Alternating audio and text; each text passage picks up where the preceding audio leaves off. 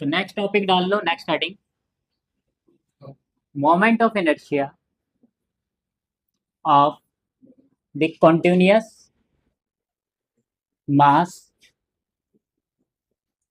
Distribution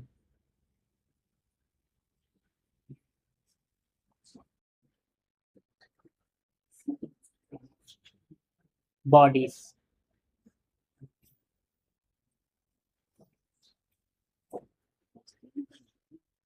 अब देखो continuous मास क्या होता है।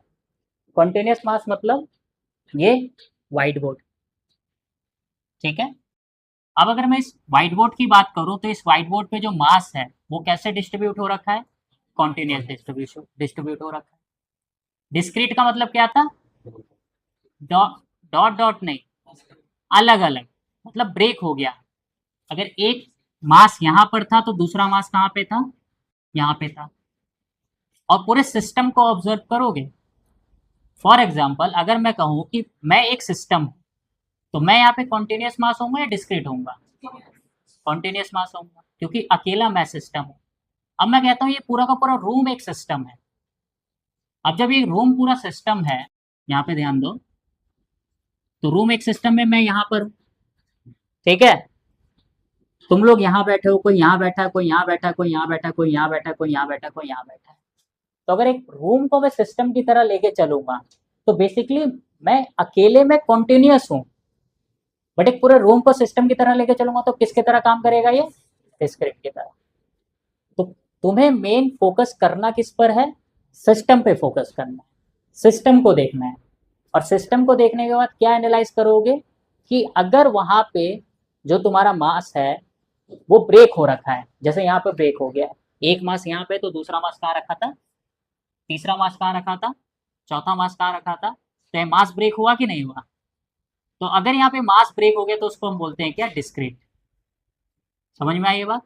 और कॉन्टिन्यूस क्या होता है कि मास कहीं भी ब्रेक नहीं होता है। जैसे फॉर एग्जाम्पल अगर मैं इस व्हाइट बोर्ड की बात करूं तो इस व्हाइट बोर्ड पे कहीं भी मास ब्रेक हो रहा है, हर जगह मास क्या है, डिस्ट्रीब्यूट हो रखा है, ठीक है। जरूरी नहीं कि सेम हो, कहीं ज्यादा भी हो सकता है, कहीं कम भी हो सकता है, ठीक है। समझ में आई बात।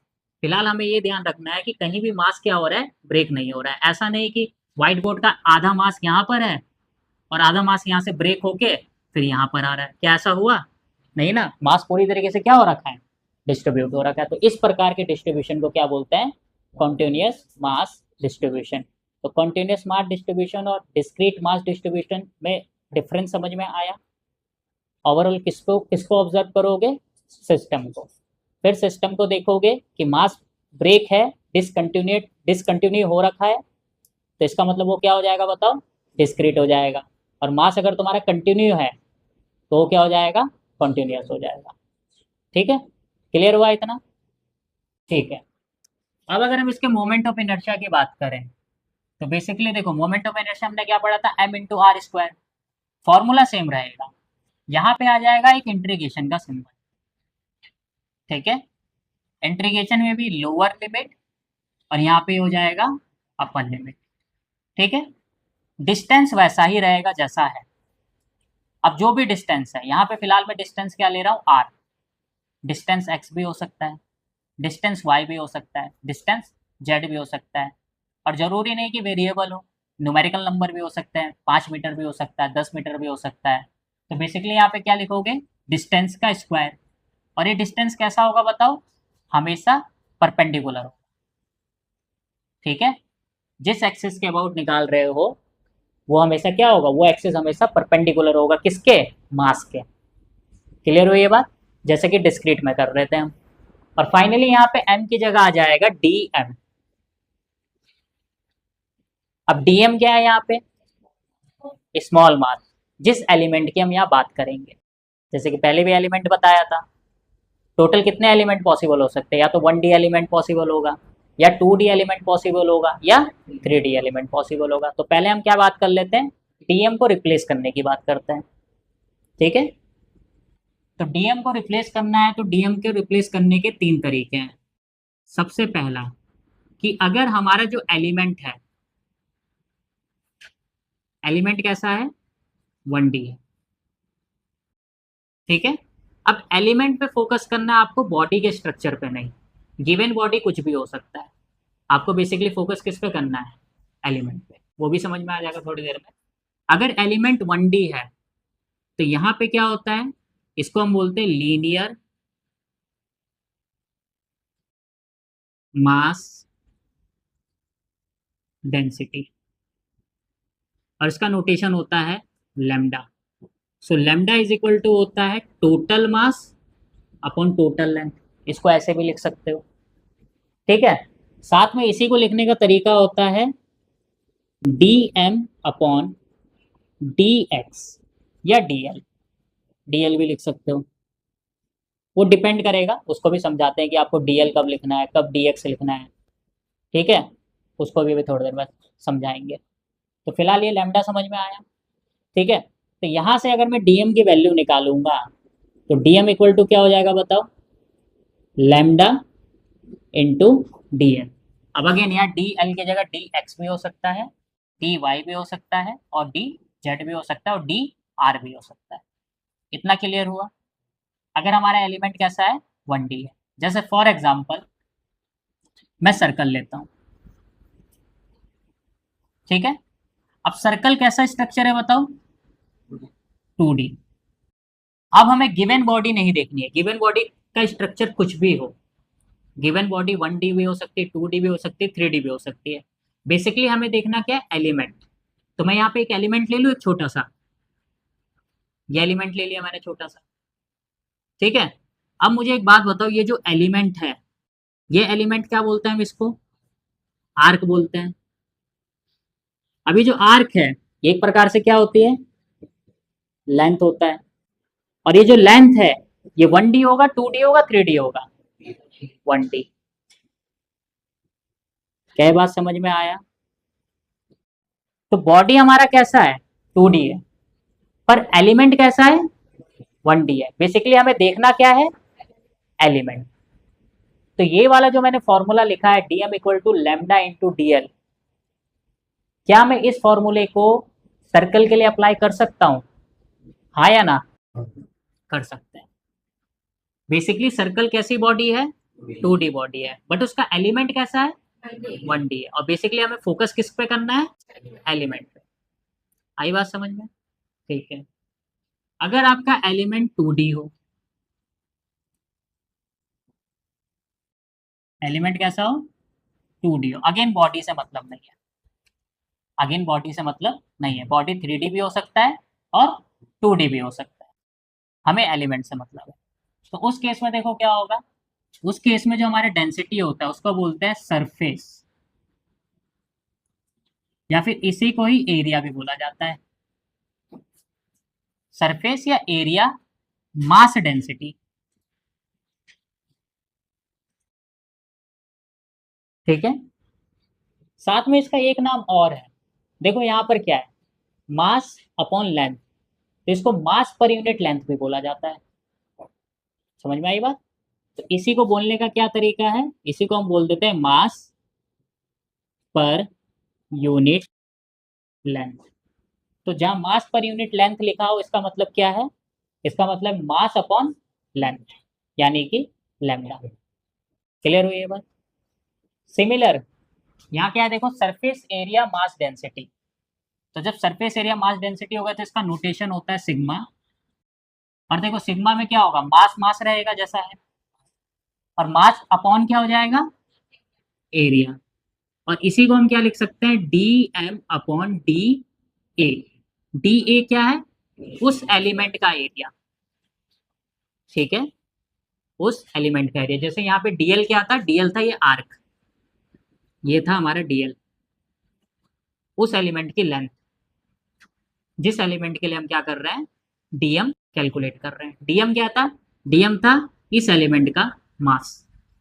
क्लियर हुआ इतना, ठीक है। तो फाइनली यहाँ से डीएम इज इक्वल टू क्या आ जाएगा बताओ, डीएम इज इक्वल टू आ जाएगा यहाँ पे सिग्मा इंटू डीएम, ठीक है। अगर आपका एलिमेंट कैसा है, 2D है। अब इसी को हम क्या बोलते हैं, मास अपॉन एरिया। तो इसी को हम क्या बोल सकते हैं, मास पर यूनिट एरिया। क्या बात क्लियर हुई? यहाँ तक किसी को कोई डाउट है बताओ? एग्जाम्पल भी ले लें। चलो, एक होलो सिलेंडर लेते हैं। होलो सिलेंडर कैसा स्ट्रक्चर होता है बताओ? 3D। 3D होता है कि नहीं होता है? अगर मैं होलो सिलेंडर को कट करूंगा तो मुझे क्या मिलेगा बताओ? हैं? रिंग। छोटे छोटे रिंग से मिलकर बना होता है ना होलो स्फेयर। तो ये क्या है बताओ? ये हमारा रिंग। रिंग मतलब सर्कल। सर्कल कैसा स्ट्रक्चर होता है? 2D। तो बॉडी कैसी है बताओ? पर एलिमेंट कैसा है? तो क्या मैं इस फॉर्मूले को अप्लाई कर सकता हूँ डीएम वाले को? समझ में आया? कोई डाउट है इसमें बताओ? कोई दिक्कत कोई परेशानी? नहीं ना? ये रिप्लेसमेंट है डीएम का। अगर एलिमेंट 1D होगा तो डीएम को किससे रिप्लेस करोगे? Lambda into. अगर एलिमेंट 2D है तो डीएम को किससे रिप्लेस करोगे? सिग्मा इंटू डीएस है। ठीक है। अच्छा, तीसरा अगर मैं बात करता हूँ एलिमेंट कैसा हो? एलिमेंट 3D हो। तो उस केस में देखो क्या आएगा? ये आ जाएगा क्या? वॉल्यूम, मास, डेंसिटी। जिसको सिर्फ डेंसिटी के नाम से भी जाना जाता है। जो डेंसिटी पढ़ते हो ना, वो डेंसिटी क्या होता है? उसका पूरा नाम होता है वॉल्यूम मास डेंसिटी। ठीक है। अगर इसके नोटेशन की बात करें तो नोटेशन होता है rho is equal to total mass upon क्या होगा बताओ? Total volume. ठीक है, और इसी को हम क्या लिख सकते हैं? DM upon D. Finally DB is equal to क्या आ जाएगा बताओ? Rho into D V. क्या बात क्लियर हुई? कोई डाउट है यहाँ तक बताओ? अच्छा, थोड़ा सा इसको और सिंप्लीफाई कर सकते हो? कैसे देखो? यहां से लेमडा की वैल्यू में क्या लिख सकता हूँ बताओ? मास अपॉन लेंथ। तो लेमडा की जगह में क्या लिख सकता हूँ बताओ? मास अपॉन लेंथ इंटू डीएल। इसको ऐसे भी लिख सकते हो। ठीक है। सिग्मा की जगह क्या लिख सकते हो बताओ?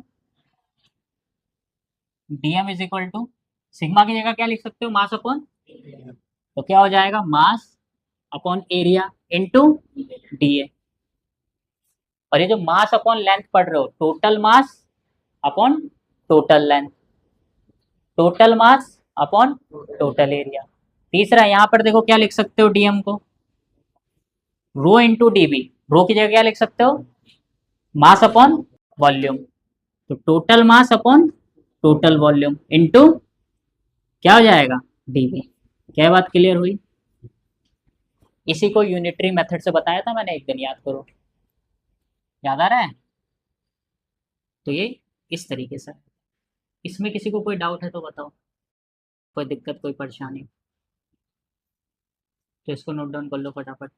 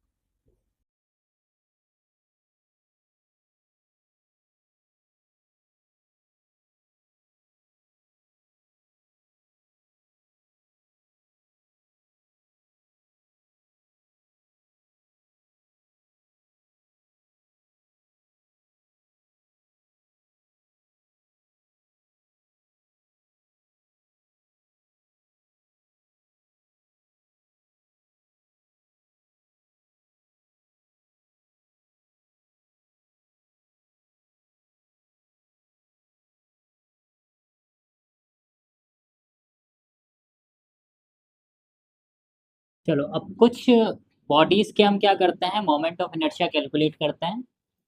अब कुछ ऐसी बॉडीज जिनका मोमेंट ऑफ इनर्शिया हम क्या करेंगे, याद रखेंगे। तो कुछ के डेरिवेशन करके दिखा देता हूँ और कुछ के आपको क्या करना है, याद रखना है। ठीक है, तो जो सबसे पहला डेरिवेशन है और सबसे आसान भी है, आपको मोमेंट ऑफ इनर्शिया कैलकुलेट करना है किसका, एक रॉड का। ठीक है, तो मोमेंट ऑफ इनर्शिया कैलकुलेट करना है, moment of inertia of A rod. अब मोमेंट ऑफ इनर्शिया कैलकुलेट कर रहे हो तो किसी ना किसी एक्सिस के अबाउट कैलकुलेट करोगे, बिना एक्सिस के तो कैलकुलेट नहीं कर पाओगे ना। तो किस एक्सिस के अबाउट कैलकुलेट करना है, वो एक्सिस जो रॉड के सेंटर ऑफ मास से पास हो रहा होगा, और सेंटर ऑफ मास से भी कैसे पास हो रहा होगा, परपेंडिकुलर। तो moment of inertia of a rod about passing through about axis, passing through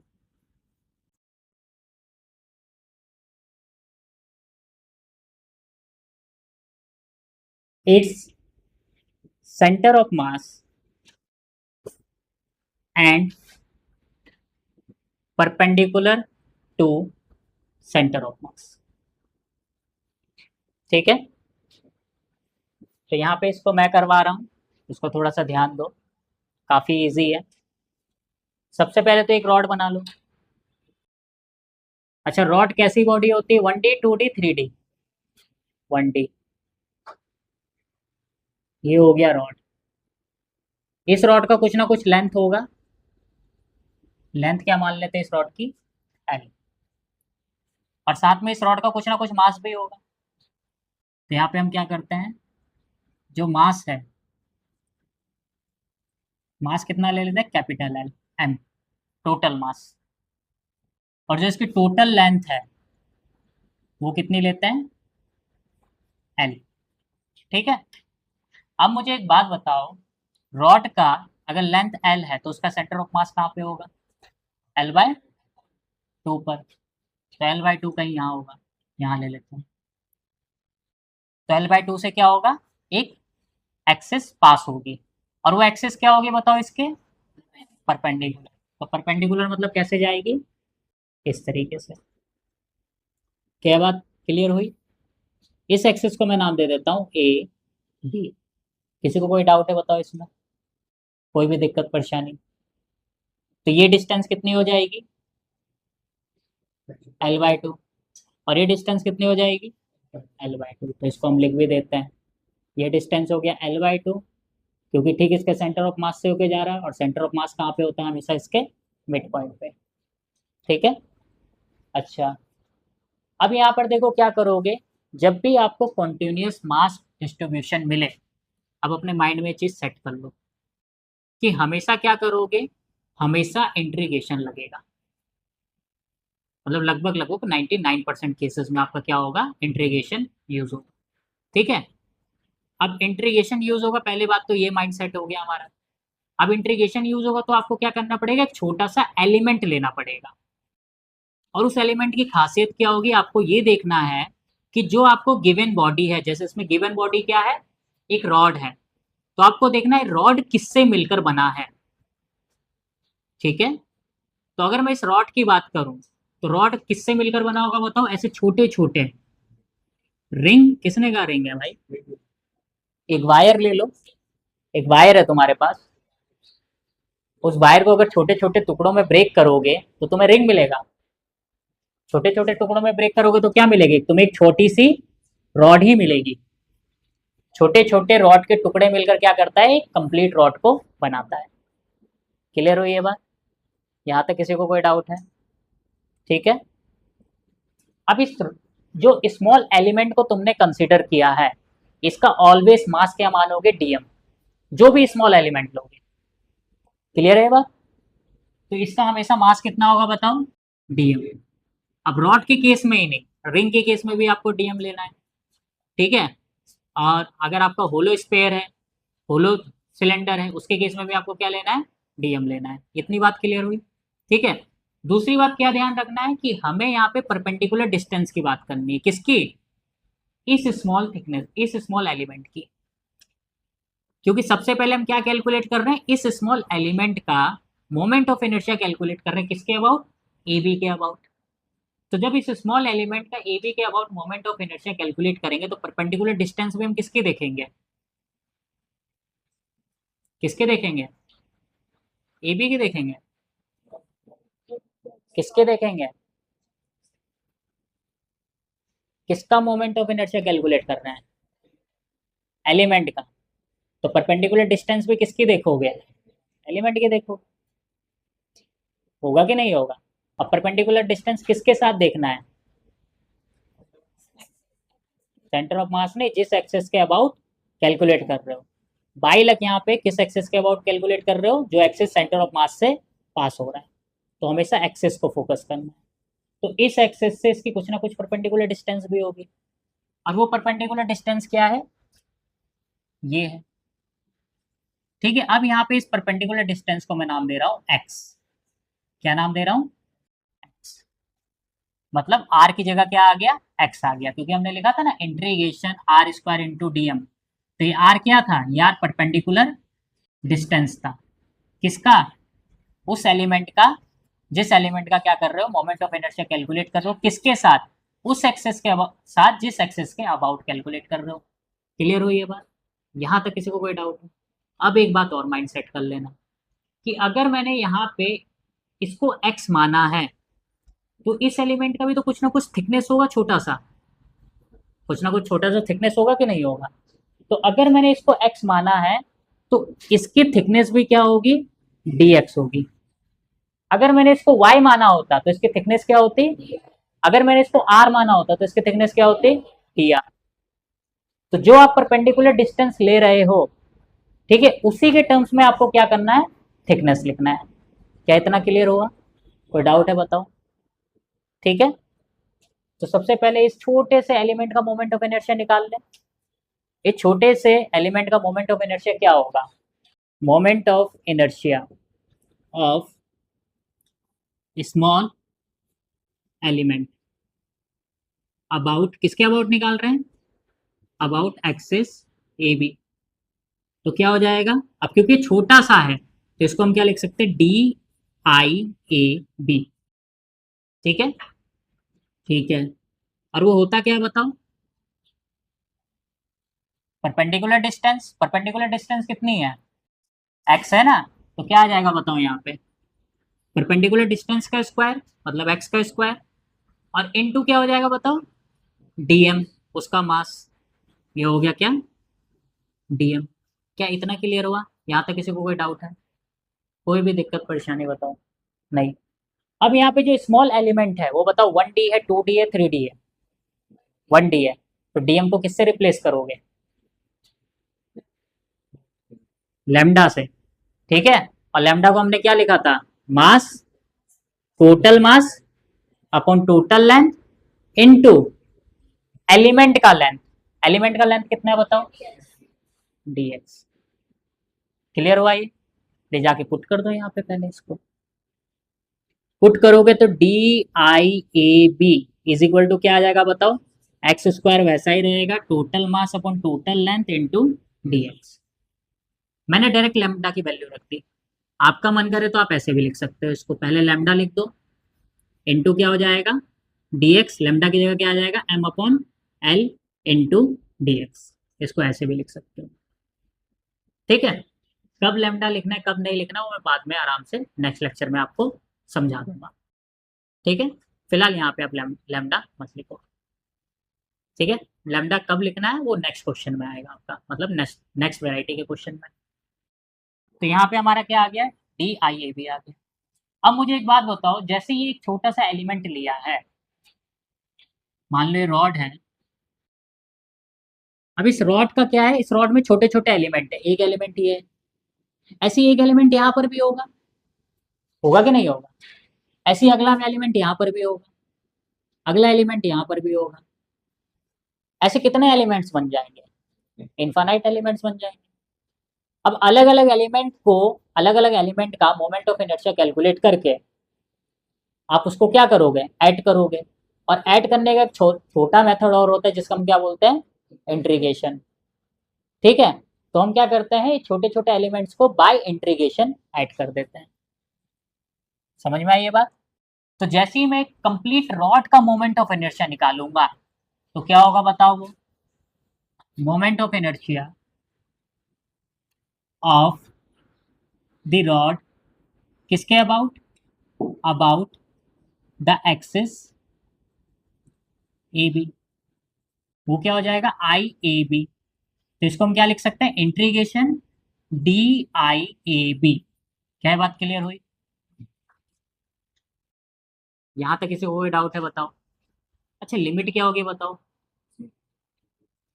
अब हमें देखना है कि कहां से शुरू हो रहा है, सबसे पहला एलिमेंट कहां से शुरू हो रहा है और सबसे आखिरी एलिमेंट कहां से शुरू हो रहा है। ठीक है, तो मुझे एक बात बताओ, क्या मैं सबसे पहला एलिमेंट यहां पे लूंगा? ये हमारा फर्स्ट एलिमेंट हो जाएगा। इस फर्स्ट एलिमेंट का इस एक्सेस से डिस्टेंस कितना है? एल या L by to? L by to. ठीक है, और सबसे आखिरी एलिमेंट कहां पे होगा बताओ? इस कॉर्नर पे होगा, ये सबसे आखिरी एलिमेंट होगा। अब मुझे एक बात बताओ, इस आखिरी एलिमेंट का एक्सिस से परपेंडिकुलर डिस्टेंस कितना है? L by to. ठीक है, बट थोड़ा सा ध्यान दो, तो कौन सी डायरेक्शन में है? नेगेटिव डायरेक्शन में, तो क्या हो जाएगा? माइनस एल बाई टू हो जाएगा। आई बात समझ में? मतलब तुम्हारा पहला एलिमेंट शुरू कहां से हो रहा है? प्लस एल बाई टू से, और खत्म कहां पे हो रहा है? Minus L by to. और ये डिस्टेंस हमने कहां से देखी? एक्सिस से देखी है। अगर सपोज, एक कंडीशन और दे देता हूं मैं, सपोज यही एक्सिस यहां पर होती, अब पहला एलिमेंट कहां से शुरू होगा बताओ? जीरो से, क्योंकि यहां से शुरू हो रहा है। और आखिरी एलिमेंट कहां पे होता बताओ? कहां पे होता? यहां पर होता। तो यहाँ क्या हो जाता? एल। तो यहाँ पे लोअर लिमिट क्या हो जाती? जीरो। और अपर लिमिट क्या हो जाती? क्योंकि जीरो से शुरू कर रहा है और एल पे खत्म हो रहा है। यहाँ पे शुरू कहां से कर रहा है? माइनस एल बाई टू से, और खत्म कहां पे कर रहा है? L by to. तो क्या हो जाएगा? Minus L by to two plus L by to. समझ में आया लिमिट कैसे लिखा? हमेशा लोअर लिमिट क्या होता है? हमारा इनिशियल पॉइंट होता है, स्टार्टिंग पॉइंट। स्टार्ट कहां से कर रहा है? माइनस एल बाई टू से। और अब अपर लिमिट हमेशा क्या होता है? Ending point. खत्म कहां पे कर रहा है? प्लस एल बाई टू पे। किसके अकॉर्डिंग हम डिस्टेंस देख रहे हैं? जिस एक्सेस के अबाउट हम क्या कर रहे हैं? मोमेंट ऑफ इनर्शिया कैलकुलेट कर रहे हैं। कितना क्लियर हुआ? कोई डाउट है इसमें बताओ? अब क्या करो? वैल्यू पुट कर दो, कुछ नहीं बचा, अब खत्म हो गया question. I A B is equal to integration minus L by two से plus L by two. D I A B की वैल्यू क्या देखो? M by L, M by L x square into क्या हो जाएगा? D x. अच्छा, mass upon length क्या है? कांस्टेंट है। टोटल मास और टोटल लेंथ दोनों क्या है? कांस्टेंट है। वेरी कर रहा है? नहीं कर रहा है। तो यहाँ पे क्या हो जाएगा बताओ? एम अपॉन एल कांस्टेंट है तो बाहर आ जाएगा। ठीक है। अच्छा, अगर एम अपॉन एल कांस्टेंट है तो क्या लैम्डा भी कांस्टेंट होगा? क्योंकि लैम्डा इज इक्वल टू क्या होता है? M by L. तो अगर एम बाई एल कांस्टेंट है तो लैम्डा भी क्या हो जाएगा बताओ? कांस्टेंट। तो याद रखना, अगर तुम्हारा डेंसिटी, अब वो लीनियर मास डेंसिटी हो, सरफेस मास डेंसिटी हो या वॉल्यूम मास डेंसिटी हो, अगर कांस्टेंट होगा तो क्या करोगे? लैम्डा को, सिग्मा को और रो को रिप्लेस कर देना। ठीक है। अगर कांस्टेंट नहीं होगा तो नेक्स्ट वैरायटी का क्वेश्चन है, उसमें समझते हैं क्या होगा। फिलहाल तो यहाँ कांस्टेंट है, इसलिए टेंशन लेने की जरूरत नहीं है। तो integration X square into D X, limit क्या हो जाएगी? माइनस एल बाई टू से प्लस एल बाई टू। इसका इंटीग्रेशन क्या होगा बताओ? कितना हो जाएगा? X cube upon three. Limit क्या है? माइनस एल बाई टू से plus L by two. So I A B mass upon L ऐसे ही रहेगा, वन अपॉन थ्री क्या हो जाएगा? बाहर निकाल दो। ठीक है। अब यहाँ पे क्या हो जाएगा? अपर लिमिट, अपर लिमिट क्या है? L by two. So L by two का whole cube minus lower limit क्या बताओ? माइनस एल बाई टू का होल क्यूब। ठीक है। अब इसको सॉल्व करते हैं। फिलहाल इसको मैं रिप्लेस कर देता हूँ। तो इसको सॉल्व करेगा तो देखो क्या आएगा? I A B is equal to क्या हो जाएगा? एम बाई एल ऐसे ही रहेगा, वन बाई थ्री ऐसे ही रहेगा। ये कितना हो जाएगा? L cube upon eight. L cube upon 8। अब देखो एक माइनस ये रहा, अभी माइनस एल बाई टू का जब क्यूब करोगे तो बाहर क्या निकलेगा, माइनस निकलेगा ना, माइनस माइनस क्या हो जाएगा, प्लस। तो क्या हो जाएगा प्लस, और ये कितना है देखो एल क्यूब अपॉन 8, तो क्या आ जाएगा यहाँ पे एल क्यूब अपॉन 8। ठीक है, तो फाइनली देखो क्या है, दोनों को ऐड करोगे तो कितना आ जाएगा, एम अपॉन ऐसी रहेगा, 1/3 ऐसी रहेगा, इसको ऐड करोगे तो कितना आ जाएगा बताओ, 2l³ अपॉन 8। कुछ कट रहा है देखो, एक एल से एक एल कट रहा है, और यहाँ से कितनी बार जा रहा है, 4 टाइम्स चला गया, तो I A B is equal to कितना आ गया बताओ, एम अपॉन 12l²। 3 × 4 कितना हो जाएगा 12। कोई डाउट है इसमें बताओ, आया समझ में। डायरेक्ट इस रिजल्ट को याद रखो। और ये किस एक्सिस के अबाउट है, सेंटर ऑफ मास के। क्योंकि ये सेंटर ऑफ मास के अबाउट है इसलिए इसको मैं क्या लिखूंगा, I C M. I C M equal to क्या हो जाएगा, ml² अपॉन 12। क्या बात क्लियर हुई, क्योंकि सेंटर ऑफ मास के अबाउट था इसलिए इसको मैंने क्या लिख दिया, आई सी एम। तो रॉड के लिए आई सी एम की वैल्यू कितनी होगी, ml² अपॉन 12। ठीक है, नोट डाउन कर लो इसको जल्दी से।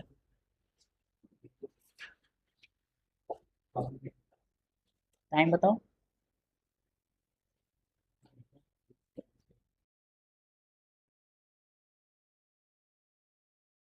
ये याद रखना है आईसीएम रॉड के लिए, ठीक है। जब पैरेलल एक्सिस थ्योरम पढ़ोगे, परपेंडिकुलर एक्सिस थ्योरम पढ़ोगे तो वहां काम आएगा ये।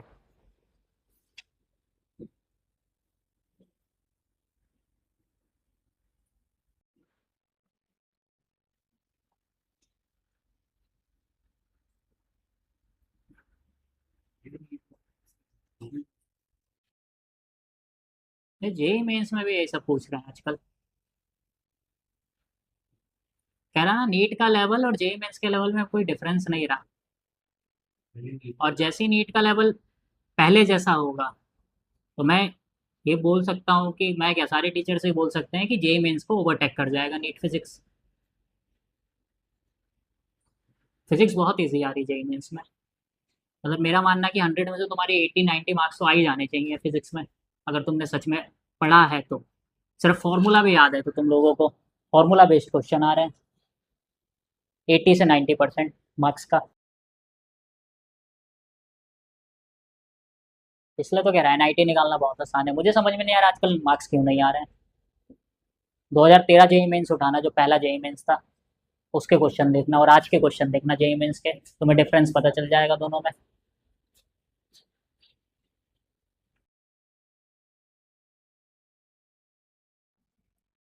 एडवांस का लेवल क्या है, एडवांस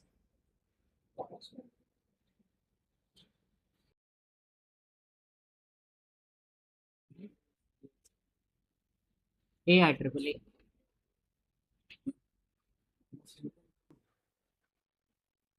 पहले एडवांस भी सिंगल होता था, ए आई ट्रिपल ई भी सिंगल होता था। खैर उससे क्या मतलब है, वो चला गया जमाना। जो चल रहा है उस पर ध्यान दो।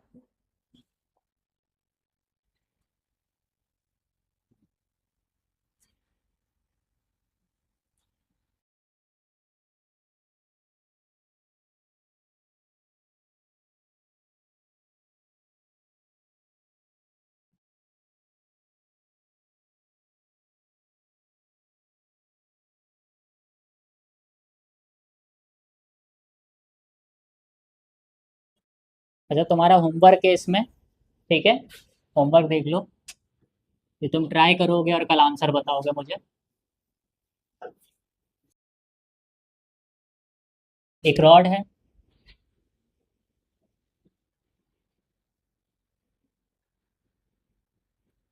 रॉड का जो लेंथ है वो है एल, मास है एम, ठीक है।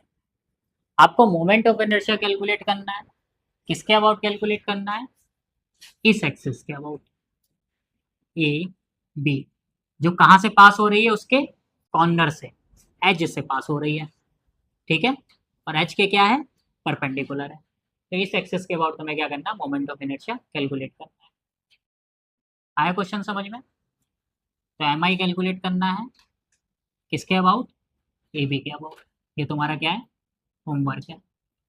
ठीक है, आंसर बताना कल क्या आया।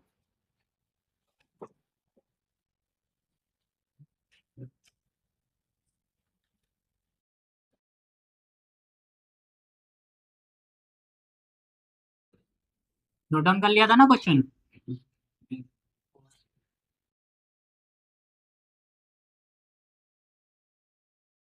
होमवर्क नोट डाउन नहीं किया था। रॉड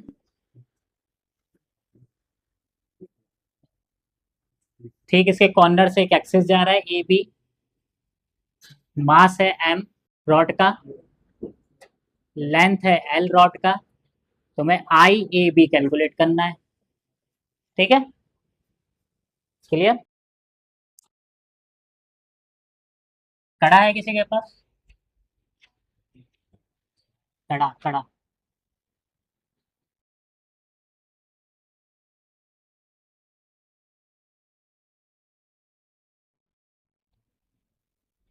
जो हमारी सेकेंड बॉडी है वो है रिंग या सर्कल। ठीक है, तो बेसिकली हमें क्या करना है, मोमेंट ऑफ इनर्शिया कैलकुलेट करना है। Moment of inertia of a ring, ring मतलब circle, about axis passing through passing through perpendicular to its center of mass। ठीक है, अब देखो यहाँ पे ये हमारे पास क्या रिंग है, ये रिंग दिखाई दे रही है। ठीक है, अब यहाँ पे देखो रिंग का ये डायमीटर है, अगर मैं इसकी बात करूँ तो ये भी रिंग का डायमीटर होगा। सबसे पहले बताओ रिंग का सेंटर ऑफ मास कहाँ पे होगा, कहीं यहाँ पर होगा, ठीक, इसके सेंटर पे। अब इसके सेंटर के परपेंडिकुलर, परपेंडिकुलर क्या होगा, परपेंडिकुलर ये होगा या फिर ये होगा, जो फाइनली कंडीशन आपको दिखाई दे रही है। ठीक है, तो आपको क्या करना है, किस एक्सेस के अबाउट क्या निकालना है, मोमेंट ऑफ इनर्शिया रिंग का निकालना है। आई बात समझ में। ठीक है, तो ये हमारे पास क्या है, ये हमारे पास एक रिंग है और रिंग का ये क्या है, सेंटर ऑफ मास है। अभी सेंटर ऑफ मास की क्या है बताओ, परपेंडिकुलर। तो परपेंडिकुलर कौन सी एक्सिस होगी, ये वाली एक्सिस। ठीक है, तो इस एक्सेस के अबाउट हमें क्या करना है, मोमेंट ऑफ इनर्शिया कैलकुलेट करना है रिंग का। क्लियर हुआ, किसी को कोई डाउट है बताओ इसमें, कोई भी परेशानी किसी भी प्रकार की। ठीक है, तो एक काम करते हैं, एक छोटा सा एलिमेंट ले लें, एक छोटा सा एलिमेंट ले लेते हैं। अब मुझे एक बात बताना, ये हो गया, सबसे पहले मास लिख देते हैं रिंग का। मास कितना है रिंग का, एम। दूसरा क्या लिखेंगे रिंग का बताओ, रेडियस, रेडियस कितना है, आर। अब यहाँ पे देखो ये आर्क दिखाई दे रहा है ना, ये आर्क हमारा क्या होगा बताओ, ये हमारा आर्क हो जाएगा डी एल। क्लियर है, इसमें किसी को कोई डाउट है बताओ, पक्का। इस आर्क का कुछ ना कुछ मास होगा, कितना मास होगा बताओ, डीएम। और डीएम इक्वल टू क्या हो जाएगा, total mass upon total length. अब इसका टोटल लेंथ क्या होगा, 2 पाई आर, क्योंकि इसका क्या होगा, सरकमफेरेंस। तो कितना हो जाएगा, 2 पाई आर इनटू क्या हो जाएगा बताओ, उस एलिमेंट का लेंथ, इस एलिमेंट का लेंथ कितना है बताओ, डीएल। क्या बात क्लियर हुआ, यहाँ तक किसी को कोई डाउट है बताओ, कोई दिक्कत कोई परेशानी। अब देखो यहाँ पर क्या कैलकुलेट कर रहे हैं हम, बेसिकली मोमेंट ऑफ इनर्शिया। ठीक है, मोमेंट ऑफ इनर्शिया, किसका मोमेंट ऑफ इनर्शिया कैलकुलेट कर रहे हैं, सर्कल का। और किसके अबाउट कैलकुलेट कर रहे हैं, passing through perpendicular its centre of mass के। ठीक है, तो फाइनली अगर मैं मोमेंट ऑफ इनर्शिया लिखूंगा तो फॉर्मूला हमने क्या पढ़ा, I is equal to r square into D m. ठीक है, अब यहाँ पे बात करते हैं आर की। तो जिस एक्सिस की हम यहाँ पे बात कर रहे हैं वो कौन सा एक्सिस है बताओ, ये एक्सिस है, जिसका सेंटर ऑफ मास के क्या है, परपेंडिकुलर है। अब यहाँ पे जो आर होता था, आर क्या होता था, डिस्टेंस होता था किसका, एलिमेंट का, किससे, जिस एक्सेस से, जिस एक्सेस के अबाउट क्या कर रहे हो आप, मोमेंट ऑफ इनर्शिया कैलकुलेट कर रहे हो। किस एक्सेस के about moment of inertia calculate कर रहे हो, इस एक्सेस के अबाउट। और इस एलिमेंट की इस एक्सेस से डिस्टेंस कितनी है बताओ, आर, यही है ना R radius, each and every case में। तो यहाँ पे आर की जगह क्या आ जाएगा बताओ, कैपिटल आर स्क्वायर, और डीएम ऐसे ही रहेगा, ठीक है। कैपिटल आर स्क्वायर यहाँ पे क्या है, कांस्टेंट है, क्योंकि रेडियस तो हमेशा कांस्टेंट रहता है, तो कांस्टेंट अब क्या हो जाएगी बाहर, अंदर क्या बचा, इंटीग्रेशन ऑफ डीएम। अगर यहाँ पे हम इंटीग्रेशन ऑफ डीएम की बात करें, तो इंटीग्रेशन ऑफ डीएम क्या होगा बताओ, डीएम क्या है, स्मॉल एलिमेंट का मास, और इंटीग्रेशन का मतलब क्या होता है, किसको ऐड किया, सारे के सारे, तो इंटीग्रेशन ऑफ डीएम क्या हो जाएगा, सोचो, है कैपिटल है, तो सिंपल सी बात है। इंटीग्रेशन ऑफ डीएम क्या होगा, टोटल मास ही तो होगा, होगा कि नहीं होगा, ठीक है। तो फाइनली यहाँ पर देखो क्या हो जाएगा, I is equal to integration बड़ा वाला एम, ठीक है अभी, integration of DM is equal to क्या हो जाएगा, कैपिटल एम, क्योंकि छोटे छोटे मास को हमने क्या कर दिया, ऐड कर दिया, ठीक है। और सारे मासेस को ऐड करेंगे तो क्या मिलेगा, कैपिटल एम मिलेगा। तो finally I is equal to क्या आ जाएगा बताओ, एम आर स्क्वायर। ये भी याद रखना है, और आई की जगह क्या लिखोगे, आई C M, I C M, I C M. I C M का मतलब समझ रहे हो ना, आई सी एम का मतलब क्या है, moment of inertia about centre of mass, ठीक है। चलो,